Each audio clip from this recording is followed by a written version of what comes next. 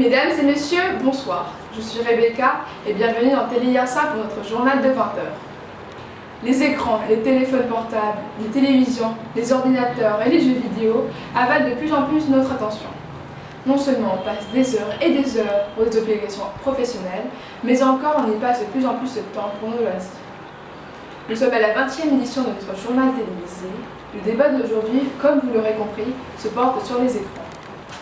Actuellement, notre envoyé spécial se trouve dans le cabinet d'une psychologue qui nous a fait l'honneur de consacrer un peu de son temps pour répondre à nos questions. Laissons la parole à Émile Spatio. Bonjour Émile, vous m'entendez bien? Allô, Rebecca, je vous entends bien.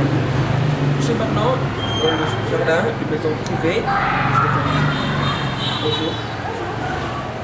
Donc Stéphanie, combien de temps vous avez travaillé dans ce domaine? Ça fait à peu près 15 ans que je travaille dans la psychologie. Et pour le cas de l'écran, vous les rencontrez souvent? Eh bien, j'ai rencontré certains cas, mais cependant pas très souvent. En effet, j'ai rencontré certains cas. Et c'était des personnes qui semblaient présenter une dépendance à l'écran. C'est-à-dire qu'elles commençaient à être anxieuses et à ressentir du manque lorsqu'elles n'utilisaient pas leur écran ou bien lorsqu'elles n'étaient pas en proximité de leur écran. Et comment on peut savoir les symptômes ou quelque chose comme ça? Eh bien, pour les symptômes, c'est lorsqu'on reste trop de temps, on reste un taux de temps excessif accroché à notre écran et lorsque, comme je l'ai dit, on ressent un manque lorsqu'on ne l'utilise pas. Ça, c'est les symptômes principaux. Mais bien sûr, c'est pas sûr que si quelqu'un a ces symptômes-là, c'est qu'il est dépendant aux écrans. Donc, il faut faire une analyse plus approfondie après avoir cerné le cas. D'accord. Et vous saviez comment pour le guérir? Alors, bien sûr, si c'est une addiction, si c'est une dépendance, c'est progressif. Donc, il faut beaucoup de temps pour le guérir. Eh bien, on commence d'abord par réduire les heures de téléphone et ça dépend de l'âge, mais par exemple, si c'est des parents qui surveillent leur enfant, on leur demande de priver l'enfant d'écran pendant les soirées, etc., puisque ça se fait étape par étape. Donc, c'est progressif et on commence à lui enlever petit à petit l'écran. D'accord. Alors, après vous, combien de temps d'écran pour un jeune de 16 ans?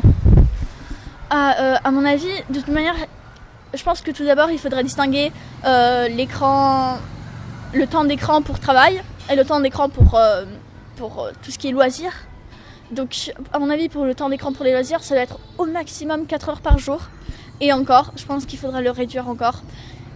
Pour le temps de travail, c'est sûr qu'on a besoin de nos appareils pour travailler. Donc, je ne pourrais pas mettre une limite. D'accord, merci. Merci à vous.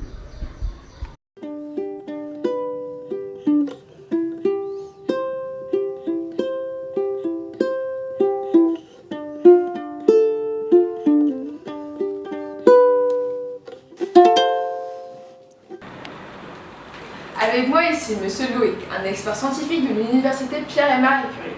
Merci d'être venu nous rejoindre ce soir. Merci à vous de nous recevoir.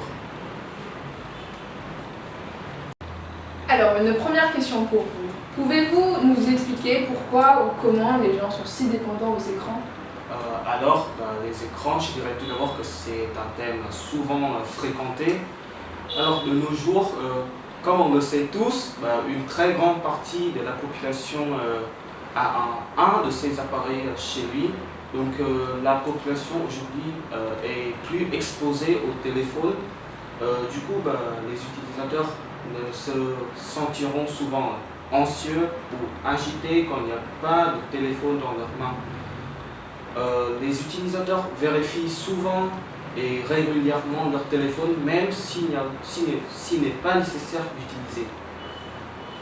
Et donc, à part des conséquences sociales, est-il possible que cette dépendance cause des problèmes de santé? Oui, effectivement, les effets néfastes sont surtout les problèmes de la santé. Donc tout d'abord, c'est l'insomnie. La lumière du téléphone est traitée par les organes du corps, comme la lumière du jour, Et c'est un moyen pour les gens d'être plus alertés. Donc si vous utilisez le téléphone avant d'aller dormir, la possibilité d'insomnie sera très élevée. Ensuite, ce sont les problèmes aux yeux.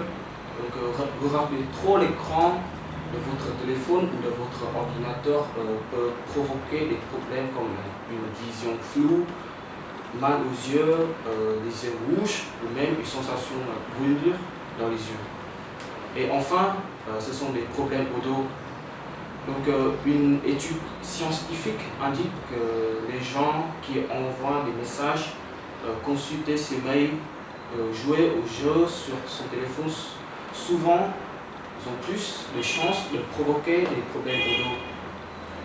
Plus précis, cela revient à porter un poids de 27 kg sur le cou, donc soit le poids d'un enfant à 8 ans, avec une position que la colonne vertébrale est inclinée à 60 degrés. Merci d'être venu, c'était très intéressant. Oui, de rien, à la prochaine. Encore une fois, merci à M. Loïc pour son intervention. Et pour conclure, il est fortement conseillé de réduire votre temps d'utilisation des écrans qui sont capables de vous causer de la dépendance et des problèmes de santé. Merci de nous avoir suivis et à la prochaine.